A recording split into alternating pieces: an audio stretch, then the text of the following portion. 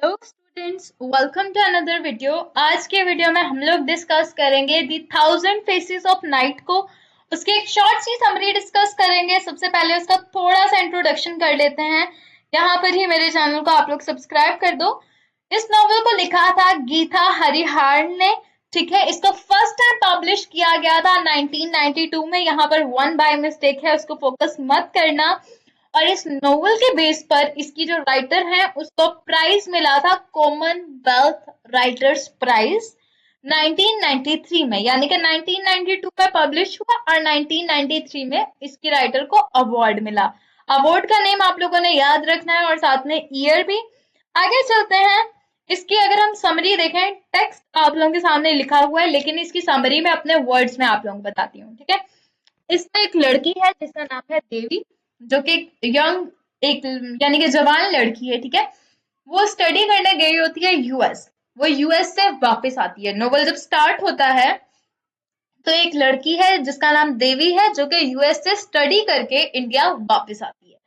जब वो इंडिया वापस आती है तो उसकी जो मदर होती हैं उनका नाम होता है सीता। वो उसे कहती हैं कि जो देवी, तुम महेश से शादी कर लो। देवी का कोई अफेयर नहीं होता, उसका किसी से कोई रिलेशनशिप नहीं होता, तो वो शादी के लिए मान जाती है और वो शादी कर लेती है। महेश उसके लिए सुटेबल होता है क्योंकि वो पढ़ा लिखा वेल सेटल्ड होता है, लेकिन वो एक बोरिंग मैन होता है। ठीक है, तो देवी जो है कुछ अरसे बाद अपनी शादी के उसको फील होता है कि उसकी लाइफ तो बहुत ज्यादा बोरिंग है, बहुत ज्यादा अनहैप्पी है। उसकी मैरिज जो है ये बहुत बुरी लाइफ उसकी गुजर रही है। ठीक है, तो अब यानी कि वो अब उसकी जो ग्रैंड मदर थी वो उसको अक्सर स्टोरीज सुनाया करती थी इंडियन माइथोलॉजी की। ठीक है, तब उनको ये याद करती है कि अब क्या होगा, मैं क्या करूं, मेरी मतलब बहुत तंग आ जाती है अपनी लाइफ से। ठीक है, तो उसी तरह एक वहां पर एक लड़का होता है जिसका नाम होता है गोपाल, जो कि म्यूजिशियन होता है। उससे इसका अफेयर चलना शुरू हो जाता है क्योंकि ये अपने घर से तंग है, अपने हस्बैंड से तंग है, इसकी हैप्पी लाइफ नहीं है, बोरिंग और मतलब बहुत बुरी लाइफ है।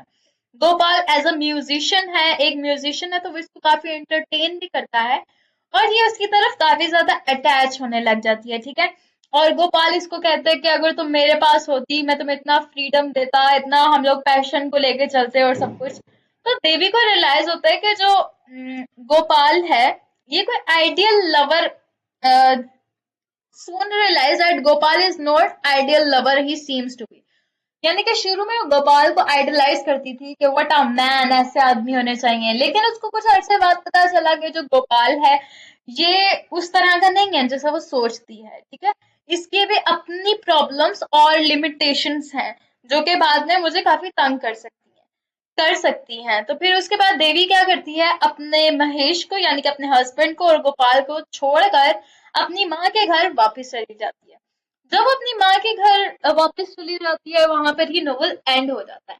अब ये जो नोवेल है इसके अंदर तीन, यहाँ पर नोवेल एंड हो जाता है। ये तो इसकी छोटी सी समरी थी जिसमें एक कैरेक्टर का ही मैंने बताया, लेकिन इसके साथ ये नोवेल और भी दो औरतों की लाइफ्स को डिस्कवर करता है। एक सीता यानी कि देवी की माँ, और दूसरी मायामा यानी कि देवी की जो कामवली है। ठीक है, जो सीता थी यानी कि जो देवी की माँ थी उसकी शादी हो गई, उसके पेरेंट्स ने चूज किया उसके लिए एक बंदा, तो उसने उससे शादी कर ली। इसने अपने सीता ने अपने ड्रीम्स तोड़ दिए, वो अपने ड्रीम्स पूरे नहीं कर सकी। फिर उसके बाद उस पर वाइफ की ड्यूटी थी, मदर की ड्यूटी थी, और सारी जिंदगी उसकी काम करते करते ही गुजर गई। लेकिन उसके दिल में बहुत ज्यादा गुस्सा था अपने हस्बैंड के लिए और सोसाइटी के लिए, क्योंकि वो उनसे बहुत तंग थी। ठीक है, ये तो सीता यानी कि देवी की माँ की स्टोरी थी। उसके साथ मायामा थी। मायामा देवी की एक मेड है, उसकी कामवली है, जो बहुत ज्यादा गुर्बत से गुजर रही है। उसके साथ उसका शौहर उसको अब्यूज भी करता है और उसको मारता भी है। अल्कोहलिक उसका हस्बैंड है जो कि नशा करके अपनी बीवी को मारता है और उसके साथ बहुत बुरा सलूक करता है। लेकिन जो उसकी कामवाली है मायामा, वो लॉयल है, वो डिवोटेड है अपनी फैमिली, देवी की फैमिली के लिए।